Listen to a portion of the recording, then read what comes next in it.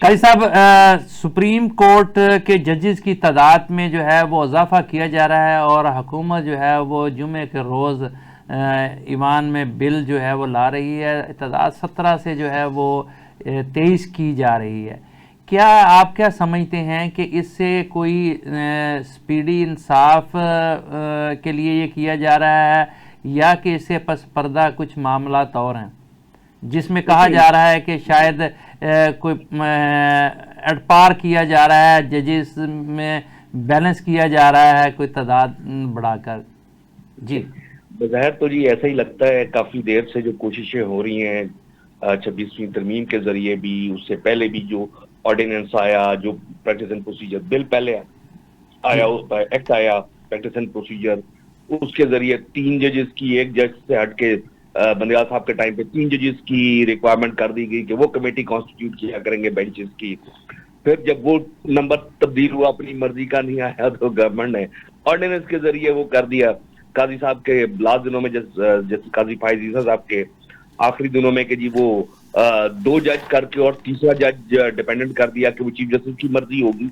تو اور chief justice صاحب نے سینیورٹی کا اصول چھوڑ کے جا کے 5ویں نمبر پہ موجود جج کو اس میں جج صاحب کو اس میں شامل کر لیا.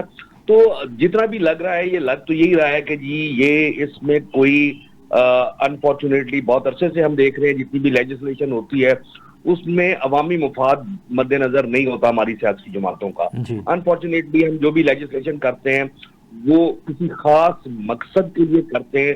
کچھ وہ اس وقتی طور پر کچھ جو ریلیف چاہیے ہوتا ہے، جو کچھ فائدہ چاہیے ہوتا ہے، ذاتی سیاسی مفاد، اس کے لیے کی جاتی ہے قانون سازی.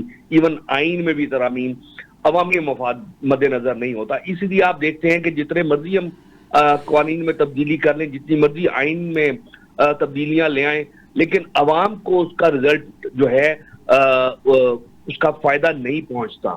یہ ہماری بدقسمتی ہے. تو جب تک کہ ہم قومی مفاد کے بجائے اپنے سیاسی اور ذاتی مفادات کے لیے قانون سازی کریں گے اور بڑے شارٹ ٹائم کے اندر کریں گے، تو تب تک یہی نتائج ملیں گے اور وہ اس کی ایکسیپٹیبلٹی بھی نہیں ہوگی عوام کے اندر. کیونکہ جب قانون سازی کا ایک طریقہ ہے، اس میں بڑا ایک لمبا پروسیس ہے، اس میں ڈیلیبریشنز ہوتی ہیں، ایک پروویژن کو ڈسکس کیا جاتا ہے، اس کی پروس اینڈ کونس دیکھی جاتی ہیں، اس کے دیکھا جاتا ہے کہ اس کے اثرات کیا ہوں گے. کیا وہ ایک لا کی پروویژن جو ہے اس میں تو ایک کاما اور فل سٹاپ ادھر سے ادھر ہو جائے تو اس کا مطلب تبدیل ہو جاتا ہے. تو یہ ساری چیزیں مد نظر رکھی جاتی ہیں. جس پرپز کے لیے وہ بن رہا ہوتا ہے اس کے تمام اسٹیک ہولڈرز کو آن بورڈ لیا جاتا ہے. دیکھیں میں خود بھی لا ڈرافٹ کرتا ہوں، لیجسلیٹو ڈرافٹنگ کے لیے ورک کرتا ہوں. ڈفرنٹ انٹرنیشنل آرگنائزیشن بھی اور ڈونر ایجنسیز بھی مجھے انگیج کرتی ہیں، گورنمنٹس بھی ڈفرنٹ ڈپارٹمنٹس انگیج کرتے ہیں لیجسلیٹو ڈرافٹنگ کے لیے، لاز وغیرہ بنانے کے لیے. تو یہ ایک بڑا لمبا پروسیس ہوتا ہے. لیکن جب ہم یہاں دیکھتے ہیں تو جب پتہ لگتا ہے کہ ایک دن ڈیسیژن ہوا، پریس کانفرنس میں دیا، دوسرے دن ایک ڈرافٹ بن کے آتا ہے. آپ نے دیکھ لیا کہ آئینی ترمیم آئی، 26ویں آئینی ترمیم جلد بازی میں بنائی گئی، تو کیا نتیجہ نکلا کہ یہ چیز سامنے آئی کہ آپ جو ہے اپوائنٹمنٹ جو کانسٹیٹیوشنل بینچ کی ہے اس کی کانسٹیٹیوشن ہی نہیں کر سکتے. آپ کی ریکوائرمنٹ یہ ہے کہ کانسٹیٹیوشنل بینچ کا ہیڈ بھی اس کے ممبر کے اندر موجود ہو. تو اس کی جو پہلے کانسٹیٹیوشنل اگر اس کمیشن نے اپوائنٹ کرنی ہے، اس کمیٹی نے اپوائنٹمنٹ کرنی ہے، تو اس کا اجلاس میں جب وہ ممبر ہی نہیں ہوگا ایک، تو وہ ایبسنٹ تصور نہیں ہوگا. اس پہ سپریم کورٹ کی پہلے سے بھی ججمنٹس موجود ہیں کہ ایبسنٹ وہ ہوگا کہ پہلے وہ سیٹ فل ہو، اور اگر سیٹ فل ہونے کے بعد وہ ممبر نہیں موجود ہوتا تو اس کی ایبسنٹ کنسیڈر ہوتی ہے کہ اگر کوئی ایبسنٹ ہو بھی گیا ہے تو اس کے باوجود پروسیڈنگز ہوں گی. لیکن جہاں وہ کمیٹی ہی فل کانسٹیٹیوٹ نہیں ہوئی تو ابھی بار بار اس کے ایشوز آ رہے ہیں. کبھی لا ڈپارٹمنٹ سے وضاحتیں آ رہی ہیں، کبھی کچھ آ رہی ہیں، کبھی کانسٹیٹیوشنل بینچز جو بنانے کی انہوں نے بنا دی ہے اس کے اندر بھی دیکھیں سیم یہی سچویشن ہے کہ اس کو بھی نہیں ڈیلیبریٹ کیا گیا کہ بھائی اس کے اگینسٹ اپیل کون سنے گا. صحیح. اگر آپ نے آئینی بل بنا دیا، بینچ بنا دیا 5 ججز کے، تو اس کی اپیل کس کے پاس جائے گی؟ آپ تو کہہ رہے ہیں کانسٹیٹیوشنل بینچ ایک بینچ کے علاوہ دوسرا بینچ کر نہیں سکتا. قاضی صاحب اس پر آئین خاموش ہے اور اسی لیے 27ویں آئینی ترمیم کی تیاریاں کی جا رہی ہیں. میں ایک اور اس میں بھی آپ کو ایک اور بھی پوائنٹ بتا دوں. اس میں ایک اور بھی بڑا انٹرسٹنگ کیچ ہے، میرے خیال اس کو انہوں نے دیکھا نہیں ہے کہ انہوں نے وہ جو پروویژنز ہیں 191A آرٹیکل جو ڈالا ہے، ایڈ کیا ہے، اس میں ورڈ بینچز ہیں.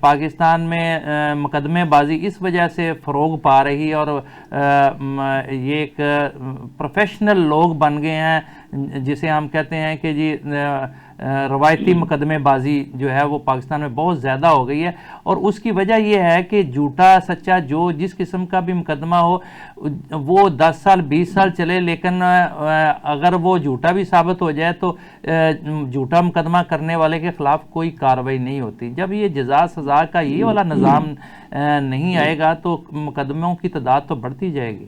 جی بالکل دوستو، دیکھیں ہمیں اپنا عدالتی نظام پورا درست کرنا ہے، ججوں کی تعداد بڑھانے سے نہیں ہوگا۔ ججز کی تعداد آپ 100 کر دیں، 1000 کر دیں، لیکن اگر ان ججوں کی کیپیسٹی نہیں ہے، ان کی کیپیبلٹی نہیں ہے، ان کی کمپیٹنسی نہ ہو، ان کا جوڈیشل ایکومینی اس لیول کا نہ ہو، تو آپ ان سے کیا جو ہے توقع رکھ سکتے ہیں؟ دیکھیں اگر آپ محنت، وہ کہتے ہیں نا کہ آپ محنت کریں، بہت زیادہ محنت کریں، لیکن آپ کی ڈائریکشن ہی، آپ کسی بہت زور دے کے چلا رہے ہو لیکن کسی کی ڈائریکشن ہی غلط طرف ہے، تو آپ منزل پر تو نہیں پہنچ سکتے اس محنت کے باوجود بھی۔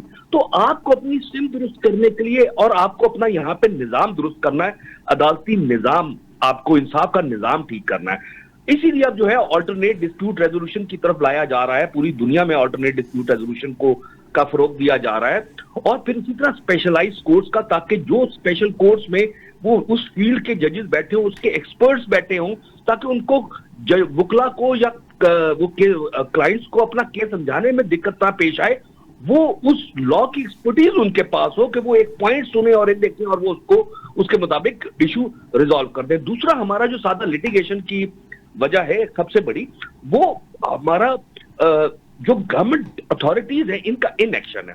اب اگر آپ ہائی کورٹ کی ریٹس دیکھ لیں تو بے انتہا ہائی کورٹ میں ریٹیں اور نیچے ڈسٹرکٹ کورٹ کے اندر 22 سے 22B کی درخواستیں دیکھیں، وہ پولیس کے خلاف ان ایکشن کی ہے۔ ایک بندے کا رائٹ ہے جا کے ایک FIR درج کرانا، وہ FIR نہیں درج ہوتی، تو لہٰذا اس کو آ کے ہائی کورٹ کے اندر آ کے ریٹ فائل کرنی پڑتی ہے اس چیز کے لیے جو اس کا رائٹ ہے قانون کے تحت، کہ وہ جو بھی جائے گا اس پر فرسٹ انفارمیشن رپورٹ کا درج ہو جائے گا، بے شک بعد میں اس پہ تفتیش اور جھوٹی ثابت ہوتی ہے تو جھوٹی خارج ہو جائے، لیکن اس کا اندراج اس کا حق ہے۔ لیکن اب وہ پولیس نہیں کرتی، لہٰذا سینکڑوں ہزاروں کی تعداد میں ڈیلی جو ہے ریٹیں فائل ہوتی ہے۔ اسی طرح گورنمنٹ ڈپارٹمنٹس کا ریٹس آتی ہیں ہائی کورٹ میں، آپ نکالیں تو میجورٹی ریٹس وہ ہیں کہ جی یہ گورنمنٹ کا سیاسی فلانا افسر ہے، فلانا ڈپارٹمنٹ ہے، سیکرٹری صاحب ہیں، ہیڈ آف دا ڈپارٹمنٹ ہیں، ان کو میں نے یہ درخواست دی ہوئی ہے، 2 سال ہو گئے میری درخواست کا فیصلہ نہیں ہو رہا۔ اب اس کے لیے اس کو ہائی کورٹ میں آنا پڑتا ہے، ہائی کورٹ پھر ڈائریکشن دیتی ہے اور کہتی ہے، تب جیسی ہائی کورٹ میں میٹر آتا ہے، کچائی ہوتی ہے یا کنٹمپٹ پٹیشن فائل ہوتی ہے، تب ڈیسیژن ہوتا ہے وہاں پر۔ تو جب تک ہم یہ نہیں کریں گے کہ یہ اگر کوئی سرکاری افسر کی ان ایکشن کی وجہ سے کوئی میٹر ہائی کورٹ میں آتا ہے تو اس افسر کی رسپانسبلٹی ہے اس کو ساتھ کاسٹ ہرجانہ ڈالا جائے کہ جی وہ جو ٹائم عوام کا ضائع ہوا ہے اور جو اس پٹیشنر کا ٹائم ضائع ہوا ہے، اس کی فیس، اس کا پیسہ لگا ہے، وہ کاسٹ اس افسر سے ریکور کی جائے کہ جی تم اگر یہ فیصلہ کر دیتے تو اس کو نہیں آنا پڑتا، تم خلاف کر دیتے، تم فیصلہ تو کرتے، تم یو کانٹ سٹ اوور اینی اپلیکیشن۔ تو وہ اگر اس قسم کا نظام ہوگا، جرمانے پڑیں گے، 2 جرمانے ہوئے آپ سے دیتے تو بالکل کام ایک دم سیٹ ہو جائے گا۔ اسی طرح جو توہین عدالت کے مرتکب ہوتے ہیں افسران، ہماری کورٹ ان کو توہین عدالت کے کیسز کو جلدی ڈسپوز آف کر دیتی ہیں، پہلے لٹکاتی ہیں، جواب آ گیا ٹھیک ہے بھائی امپلیمنٹ ہو گیا، یعنی 1 ہفتے میں ڈیسائیڈ کرنے کا کی ڈائریکشن تھی، 3 سال بعد ڈیسائیڈ ہوا تو کہہ دیتے ہو کہ ٹھیک ہے بس ہو گیا نا، بس آپ کا مسئلہ حل ہو گیا، پر ٹھیک ہے جائے، یعنی 3 سال تک وہ آدمی خوار ہوا ہے۔ اس لیے ہماری بیوروکریسی جو ہے وہ کہتی ہے کیا ہے، اینڈ پہ کورٹ سے معافی مان لیں گے۔ اچھا قاضی صاحب سوری میں انٹرپٹ کر رہا ہوں، ہم یہاں وقت ہوا ہے کہ چھوٹے سے کمرشل بریک کا۔ ناظرین ہمارے ساتھ رہیے گا، تھوڑی دیر بعد پھر آپ کی خدمت میں حاضر ہوتے ہیں۔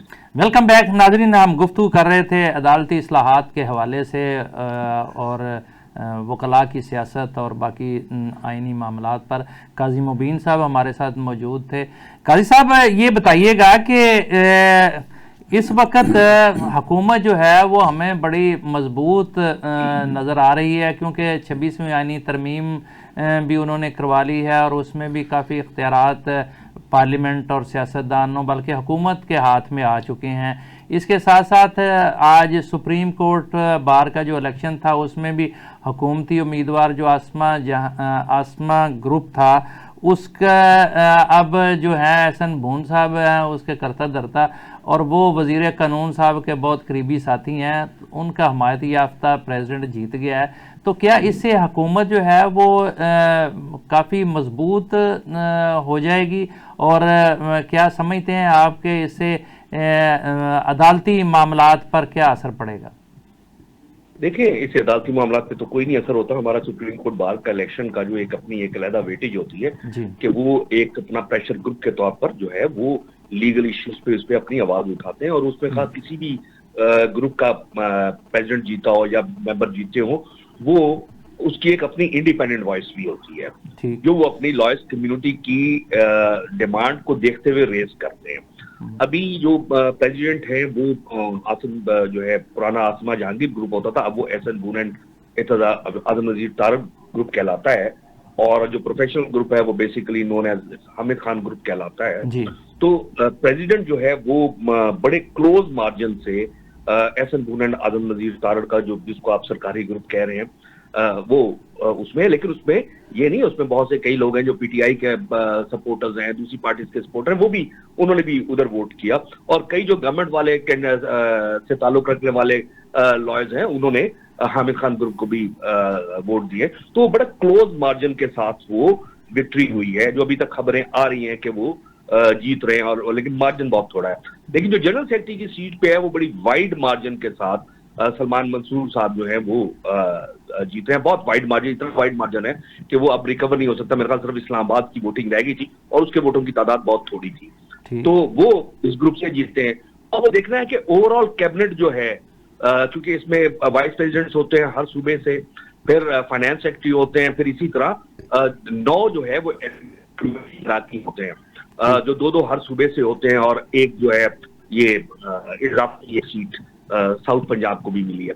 تو وہ 9 کی وہ اس کی ایگزیکٹو کاؤنسل ہوتی ہے. تو یہ اوور آل پوری کیبنٹ مل کے اپنی ڈیسیژن میکنگ کرتی ہے. وہ ڈیسیژن ہوگا سپریم کورٹ بار کا کہ پریزیڈنٹ کو کتنی سپورٹ ملتی ہے اپنے ممبر سے، اور جنرل سیکرٹری کا کتنا کوآپریشن ملتا ہے. تو نارملی یہی ہوتا ہے کہ بے شک آپ گروپس ڈفرینٹ بھی آئے ہوں، لیکن پھر جو جوائنٹلی ڈیسیژن کرتے ہیں تو اپنا ایک ڈیسیژن ہوتا ہے، اور پھر وہ لائرس کی سوچ کو اور لائر کی ڈیمانڈس کو مد نظر رکھ کے ہی وہ کرتے ہیں. تو اس پہ فیصلہ سازی پہ تو ڈیفینیٹلی کبھی بھی اثر انداز نہیں ہوا جا سکتا. وہ تو سپریم کورٹ کی ججز صاحبان کی یا ہائی کورٹ کے ججز اپنا فیصلہ کرتے ہیں. بار ایسوسی ایشن تو کسی پہ اپنا پروٹیسٹ لانچ کر سکتی ہے، یا پٹیشنز فائل کرتے ہیں، کوئی انٹرنیشنل ایشوز کے ہوں، کوئی کانسٹیٹیوشنل ایشوز ہوں تو ان پر پٹیشن وغیرہ فائل کرتے ہیں. تو کوئی بہت زیادہ ڈفرنس نہیں. اور یہ کیونکہ بہت تھوڑے مارجن کے ساتھ ہو رہا ہے تو یہ بہت بڑی چیز ہے کہ بہت تھوڑے مارجن کے ساتھ ڈفرنس کے ساتھ یہ گورنمنٹ کے کینڈیڈیٹ جیت رہے ہیں. تو دیکھیں ابھی تو، لیکن اس کا ایسا سپریم کورٹ پر اثر کوئی نہیں ہوتا. اور خاص طور پہ جو اس وقت سپریم کورٹ کی کمپوزیشن ہے، سینئر ججز ہیں وہ سارے تھورلی پروفیشنل ججز ہیں. وہ میرے خیال ان میں سے کوئی بھی ایسا نہیں جو کوئی پریشر لے. اور اب تو سالیڈیرٹی بھی نظر آ رہی ہے سپریم کورٹ میں تمام ججز پر. جی بہت شکریہ قاضی صاحب گفتگو کرنے کا. جی فاروق بنگش صاحب، یہ تو تھے چونکہ سپریم کورٹ بار کا الیکشن تھا، اور ساتھ 26ویں آئینی ترمیم ابھی تک چل رہی ہے. اس کے ساتھ ساتھ حکومت نے ججز کی تعداد بڑھانے کے لیے جو ہے وہ جمعے کو چونکہ بل پیش کیا جا رہا ہے، اس پر ہم گفتگو کر رہے تھے. اچھا یہ فاروق بنگش صاحب، 2-3 چیزیں بڑی اہم ہیں. ایک تو بانی پی ٹی آئی کی اہلیہ کے جو رہائی ہوئی ہے اس بارے میں چھ مگوئیاں ہو رہی ہیں ڈیل کی، اور دوسرا پشاور میں جلسہ ہو رہا ہے. پہلے اس پر گفتگو کر لیں یا وزیر اعظم کے دورہ سعودی عرب پر گفتگو کر لیں؟ جس پہ چلیں پہلے تو ہمیں یہ بتائیے گا کہ پی ٹی آئی کا جو جلسہ ہو رہا ہے یہ کیا ڈائریکشن سیٹ کرنے جا رہے ہیں؟ بسم اللہ الرحمن الرحیم. میں صاحب جلسے تو پہلے بھی ہم نے آپس میں یاد ہوگا ڈسکس کیا تھا، جلسے تو ہوتے رہیں گے جی، کیونکہ وہ بانی پی ٹی آئی جیل میں ہے. درمیان میں ایک خلاصہ آ گیا تھا نا کہ جب یہاں شنگھائی تعاون تنظیم کا اجلاس ہو رہا تھا اور اس میں بہت سختی کر دی تھی پی ٹی آئی پر، ان کو پکڑ دکڑ بھی ہوئی تھی اور بہت سارا کچھ ہو گیا. لیکن اب ایک نئے فیز میں پی ٹی آئی داخل ہو رہی ہے اور عصر نو جلسوں اور احتجاج کی طرف جا رہی ہے. میاں صاحب اب حالات بدل چکے ہیں. اچھا، ایک تو خوف تھا، وہ خوف بھی ابھی ختم ہو چکا ہے، اور دوسری بات یہ ہے کہ کوئی حالات اتنے بدل چکے ہیں، میں نے کل بھی کہا تھا کہ صورتحال بہت کمفرٹیبل ہے. ٹھیک ہے. اب وہ جلسے کریں گے اور پھر کے پی میں جلسہ کرنا تو ان کے لیے بڑا آسان کام ہاں ہے. جی وہ تو ان کے لیے وہاں تو اب کوئی دیکھیں پرابلم نہیں. پولیٹیکلی وارم اپ بھی کرنا ہوتا ہے ان کو، اور کچھ چیزیں بھی ہوتی ہے کہ وہ سگنلز بھی دینے ہوتے ہیں. اب دیکھیں نا، وہ ہم ایک لفظ استعمال کریں، ہنوز دلی دور است، تو وہ تو ایک اور چیز ہوتی ہے. ایک اور سینس ہوتا ہے کہ اس میں ہم کہتے ہیں کہ منزل ما دور نیست، میری منزل بہت قریب ہے. تو اس قسم کے جلسوں کا مقصد جو ہوتا ہے وہ یہی ہوتا ہے کہ منزل ما دور نیست، یا ہماری منزل قریب ہے. اور اس طرح اور کو وہاں پہ تو جلسہ کر لیں گے، اس میں کوئی رکاوٹ ہی نہیں ہے ان کے لیے. نہیں اصل میں تو وہ جو چڑھائی کرتے ہیں اسلام آباد اور پنجاب پر جی ڈسٹربنس تو یہاں ہوتی ہے نا. پھر تو کیا اب وہاں وارم اپ ہو کے پھر دوبارہ رخ کریں گے وہ اسلام آباد اور جی، یہ تو پنجاب پھر کا؟ پی ٹی آئی نے بعد میں فیصلہ کرنا ہے، شیڈول کیا بناتے ہیں جلسوں کا، پھر سلسلہ شروع کرنا ہے یا اس طرح کوئی کوآرڈینیشن رکھنا ہے. ٹھیک. لیکن میرے خیال میں ابھی ایک سائڈ سے تو بالکل سیف ہے کہ اہلیہ جو ہے بانی پی ٹی آئی کی، ان کو تو وہ وہاں پہ آج بھی میرے خیال میں ریلیف ملا ہے پشاور ہائی کورٹ سے، تو وہ تو کچھ نہیں ہوگا ان کو.